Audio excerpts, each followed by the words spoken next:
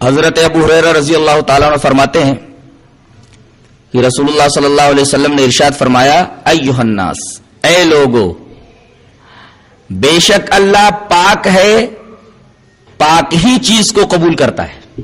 لا يقبل الا طیبا، لا نفی عام ہے، نفی عام کے بعد الا سے استثناء ہے جو حصر کا فائدہ اور تخصیص کا فائدہ دیتا ہے.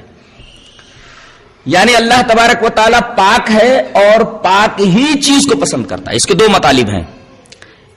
پہلا مطلب تو یہ ہے کہ اللہ اپنے راستے میں پاک ہی چیز پسند کرتا ہے.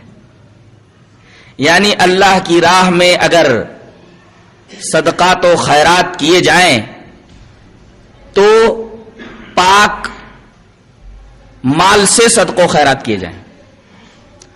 اگر حرام مال سے صدقہ و خیرات کیے جاتے ہیں تو اللہ تبارک و تعالی کے نزدیک ایسا صدقہ اور ایسی خیرات کسی اہمیت کے حامل نہیں ہے. اللہ تعالیٰ ایسے صدقہ و خیرات کو قبول نہیں کرتا. ایک مطلب تو یہ ہے. دوسرا مطلب لا يقبل الا طیبا کا یہ ہے کہ انسان جب رزق حلال کھاتا ہے تو اللہ تعالیٰ اس کے اعمال کو قبول کرتا ہے. پاک غذا استعمال کیا اس نے، پاک غذا استعمال کرنے کے بعد وہ اللہ کی عبادت کرتا ہے تو اللہ تبارک و تعالی اس کے اعمال کو قبول کرتا ہے.